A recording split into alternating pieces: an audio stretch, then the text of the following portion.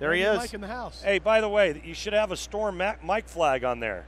Well, this is Inside Bowling TV, but we've got Storm on the screen too, bud. All right. But yeah, I got Storm on my shirt. Two hats, and Okay. that's the Team Bahrain shirt. Yes, it is. Timmy's done a great job with that team.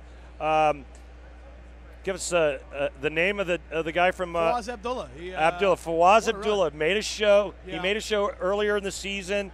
I mean, phenomenal story. Tim, take us through it.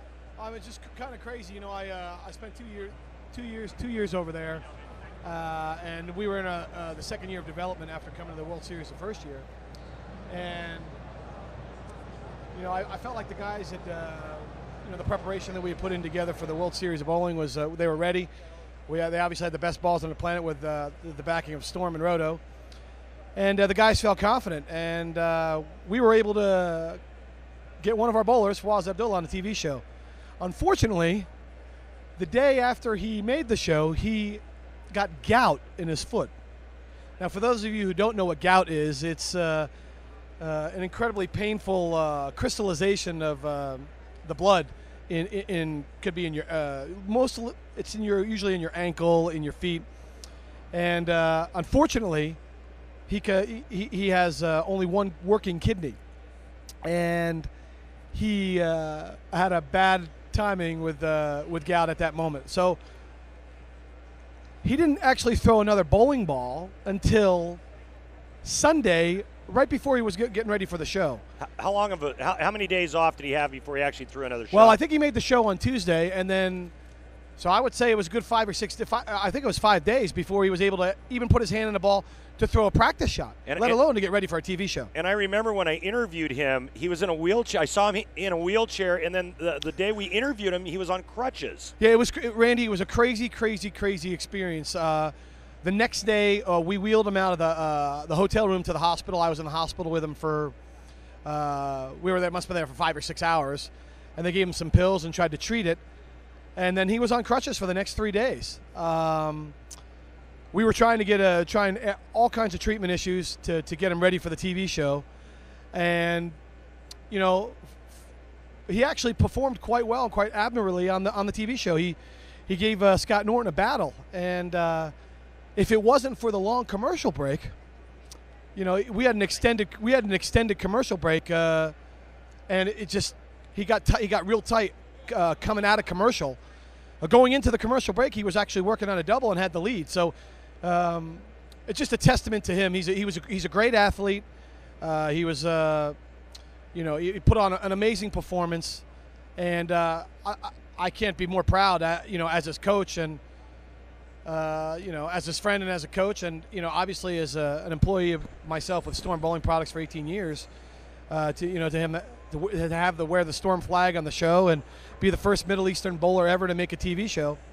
It was just a great week for us. And Tim, you mentioned the fact that he's a great athlete. Some of his other accomplishments in sports, I think he was wasn't he the Bahrainian team captain for their national volleyball team? That's right. Yeah, he was the captain of the volleyball team, which had a successful run during his time there. He also won the bronze medal in the 400 meters in the Asian indoor schools game in Thailand.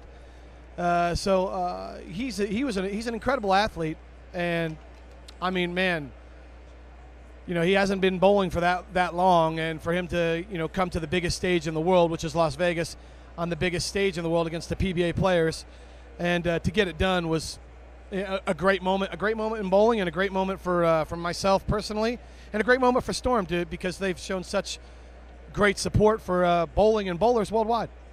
Hey, you know what, Timmy? Long before Jason Belmonte and Osku, one of the most recognizable bowlers throughout the world was Tim Mack. And, you know, I still know you're bowling, and I know that you're still one of the best bowlers, but tell me a little bit about the transition from being a top-notch bowler to one of the best bowlers in the world to transitioning into coaching. I'll tell you what, Louis, first of all, thanks for the nice comments. Yeah, I had a really good run internationally. I had a great support system. It started back in 1995 with Corbett Austin throwing balls at the high roller.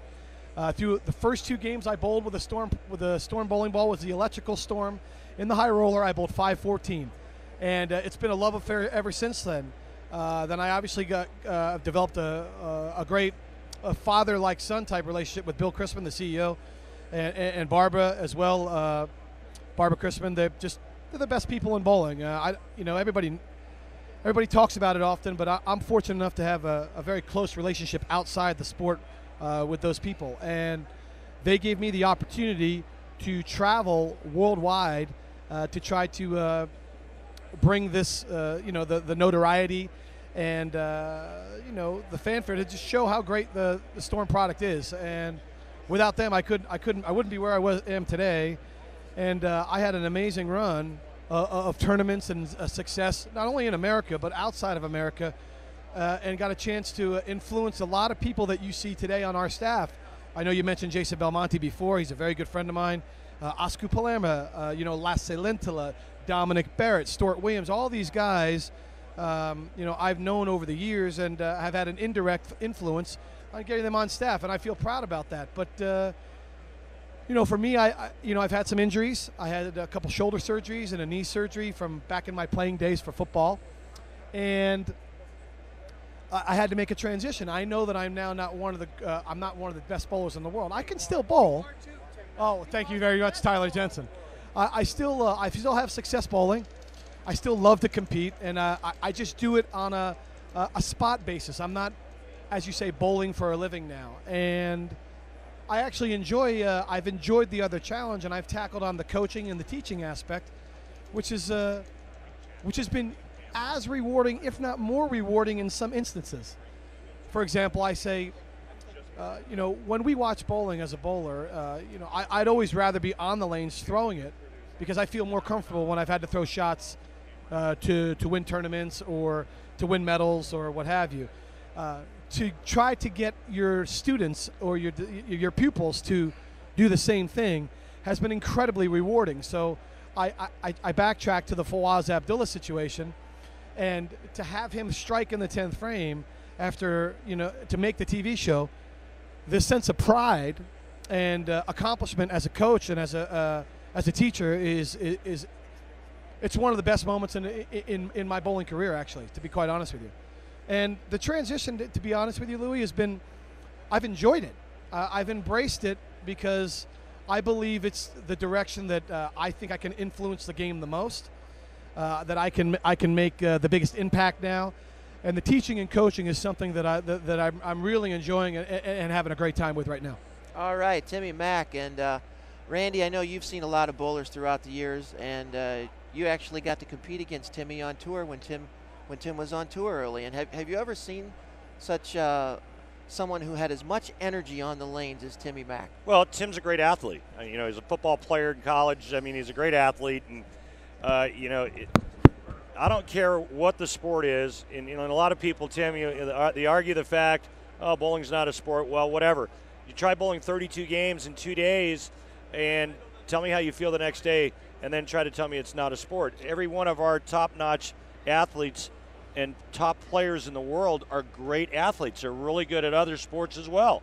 Whether it's golf, whether it's baseball, whether it's football. To